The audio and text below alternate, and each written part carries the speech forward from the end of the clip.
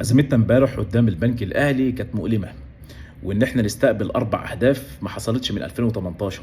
ده يخلينا نقول لمحمد عبد المنعم ايه المانع ان انت يا محمد عبد المنعم لما تلم لك 3 4 في منطقه الجزاء وتعمل لك كذا ريسك عندنا في منطقه الجزاء. بالعكس احنا لما بتنرفز بره على الشاشه ونستغفر ربنا ده في صالحنا احنا.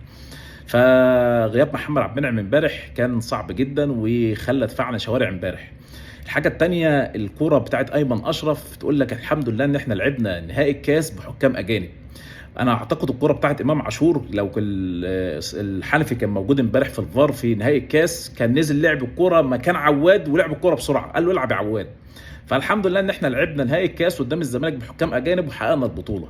لكن هزيمه امبارح درس كويس جدا لينا، خصوصا بعد قرعه بطوله افريقيا. انت هتلعب كل مباراه الاياب على ارضك وهتلاعب سيمبا التنزاني، وهدول بقى هينقحوك في نهار رمضان هيجيبوك، فانت لازم دفاعك يكون فايق عن كده. التوقف الدولي هيكون مفيد جدا ان انت تستعيد ياسر ابراهيم، ان انت بقى تستعيد اسامه ابو علي، الاصابات العضليه دي تخلصها. زي ما بنقول هتلعب مباراه قويه جدا، هتلعب بيترو اتلتيكو بيلعب كره هجوميه حلوه جدا، مازيمبي في ارضه مش هيرحم حد، فانت لازم تروح للفرق دي فايق والفرق تعمل لك الف حساب. امبارح قفشه من افضل لاعبي الاهلي، كان بيلعب مباراه امبارح جميله جدا وعطى كذا فرصه لرضا سليم ان هو ينهي المباراه لكن ما حصلش، فلذلك احنا استقبلنا اهداف.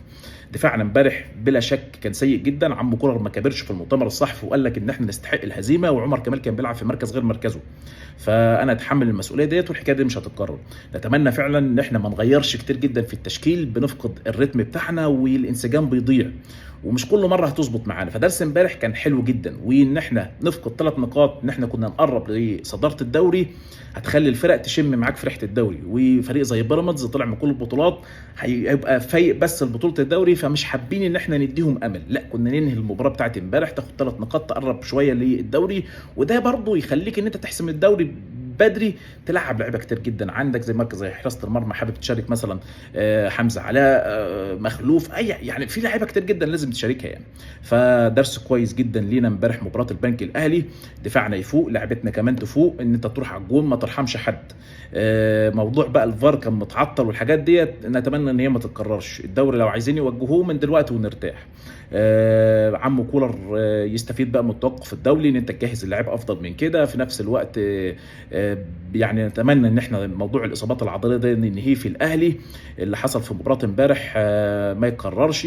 زي ما بنقول احتياجاتنا من دلوقتي عايزين مدافع قوي جدا مع العناصر اللي موجوده. محمود متولي اصاباته كتير بعيد عن التشكيل فما بنستفيدش. فانت بتلعب دلوقتي ابراهيم ربيعه وياسر ابراهيم ومحمد عبد المنعم، لما حد بيغيب منهم النتيجه زي نتيجه مباراه امبارح.